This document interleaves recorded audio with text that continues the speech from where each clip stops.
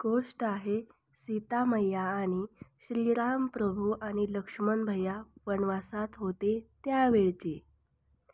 सीता मैया, श्रीराम प्रभू आणि लक्ष्मण भैया वनात चालता चालता विश्रांतीसाठी बसू म्हणून ते विश्रांतीसाठी बसले.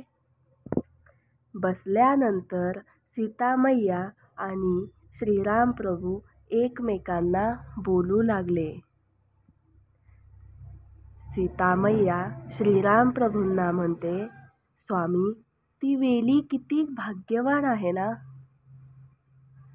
सीता मैया श्रीराम प्रभूंना म्हणते की स्वामी, ती वेली किती भाग्यवान आहे ना, की तिला आधार देणारे एवढे छान भक्कम वृक्ष भेटले.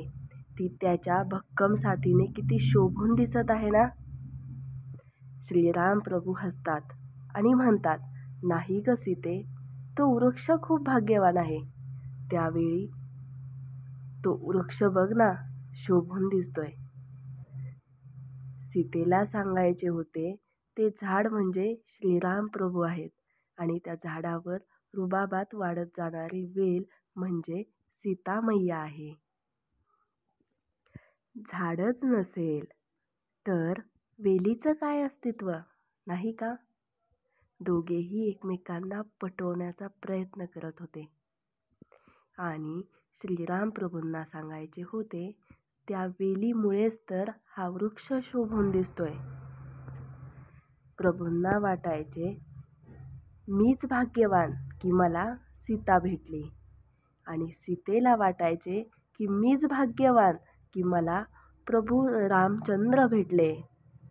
शेवटी दोघे चांगलेच हट्टीला पेटले आणि दोघांचे वाद चालू झाले. सीता म्हणायची वेली भाग्यवान आणि श्रीराम प्रभू म्हणायचे वृक्ष भाग्यवान. आता ही भांडणं कोणीतरी मिटवणारा पाहिजे ना. दोघांचे भांडण मिटवण्यासाठी लक्ष्मणाला बोलावण्यात आले. आता लक्ष्मण तिथे आला. श्रीराम प्रभू म्हणले, आता तूच सांग लक्ष्मणा, ही वेली भाग्यवान की वृक्ष. लक्ष्मणाने खूप सुंदर उत्तर दिले, प्रभू, ही वेली भाग्यवान आहे आणि हा वृक्षही भाग्यवान नाही. सीता मैयाला आणि प्रभू रामचंद्राला तर धक्काच बसला. लक्ष्मणाने हसून उत्तर दिले, ही वेलही भाग्यवान नाही आणि हा वृक्षही भाग्यवान नाही. हो प्रभू, खरं बोलतोय. दोघेही विचार करू लागले आणि एकमेकांकडे एकटक पाहू लागले. या वेलीच्या आणि या वृक्षाच्या सानिध्यात जो कोणी येईल तो खरा भाग्यवान. अर्थातच लक्ष्मण खरा भाग्यवान, कारण तोच तर आहे ना रामप्रभू आणि सीता मैयाच्या सानिध्यात.